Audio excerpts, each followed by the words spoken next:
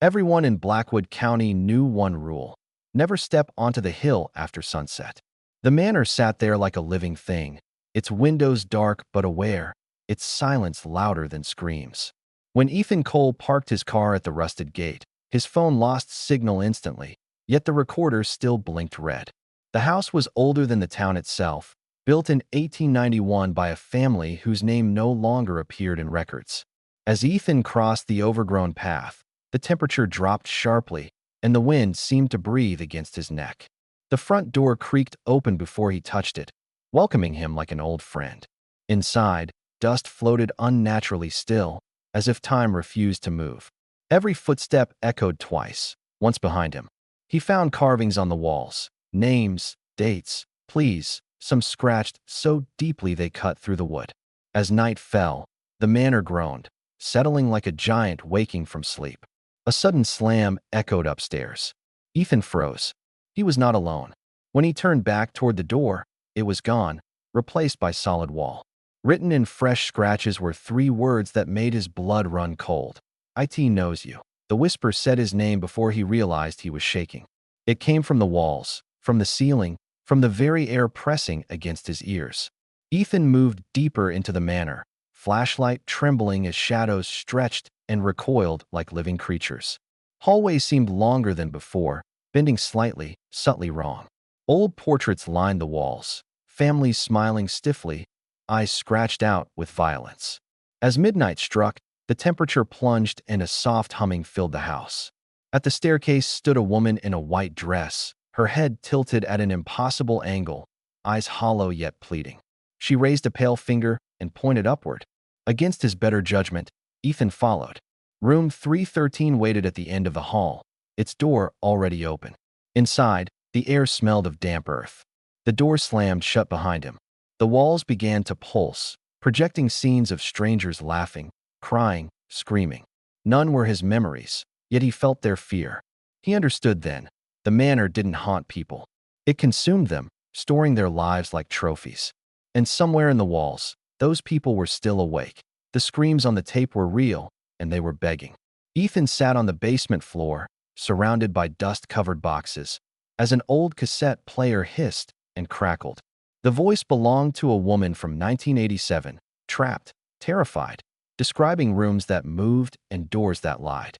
She said the house fed on time, pulling people from different years into the same endless nightmare. As the tape ended, a second voice broke through, male, younger, crying for help. The shocking part was this: it was happening now. Ethan traced the sound to the walls, pounding desperately, only to hear his own knocks echoed back, distorted and mocking. He found police reports hidden behind a loose brick, entire families erased, cases closed without bodies. Upstairs, footsteps followed him, slow and patient. The manor was showing him the truth piece by piece, like a predator savoring the hunt. The walls seemed closer now, the ceiling lower. The house was learning him, memorizing his fear. And once it finished, there would be no escaping its memory. The reflection smiled before Ethan did. He stood in front of a cracked mirror, staring at a version of himself that looked older, exhausted, hollow-eyed. When he moved, the reflection lagged behind. Then a small hand appeared on the glass.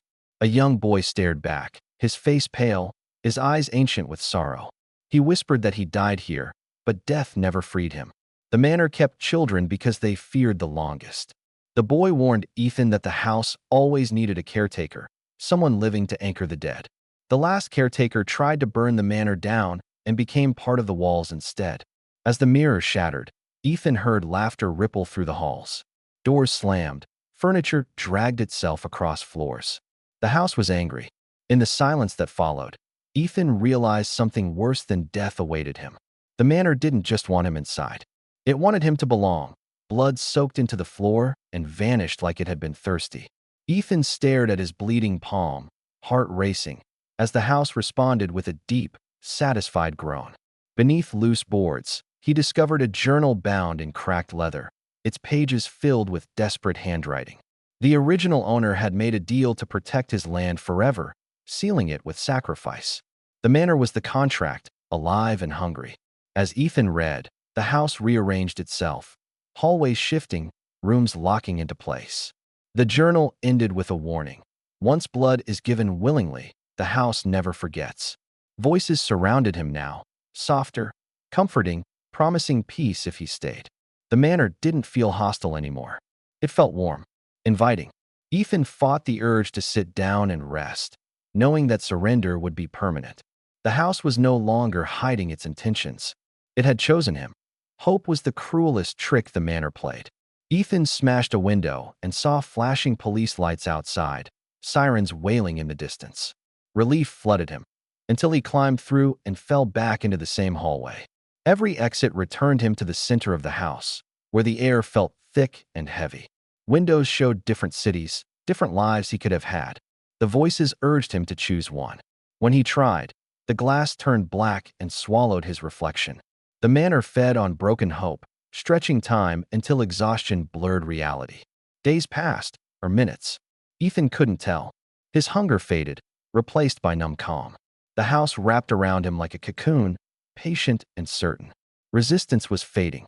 The manor knew he was running out of strength. The camera shook as Ethan recorded his final message, voice hoarse, eyes wild. He warned anyone watching to stay away, to never believe the house was empty. Behind him, figures gathered, men, women, children, standing silently, their faces peaceful yet wrong. As he uploaded the video, the signal flickered, but it was enough. The manor pulsed with excitement. Attention poured in from the outside world, curiosity feeding it more than blood ever could. The figures stepped closer, surrounding Ethan, touching his shoulders gently. Their fear was gone. Soon, so was his. As the camera died, the manor exhaled, satisfied. It had been seen, and being seen made it stronger. The door opened with a welcoming creak. Months later, a paranormal YouTuber stepped inside, camera rolling, heart pounding with excitement. The manor felt calm, almost peaceful. Footsteps approached. A man emerged from the shadows, pale and composed, eyes empty but kind. He smiled and introduced himself as Ethan. He said the house was misunderstood, that it simply needed someone to care for it. As the door closed behind the YouTuber, the walls whispered softly, grateful. The manor had a caretaker again, and it would never be alone.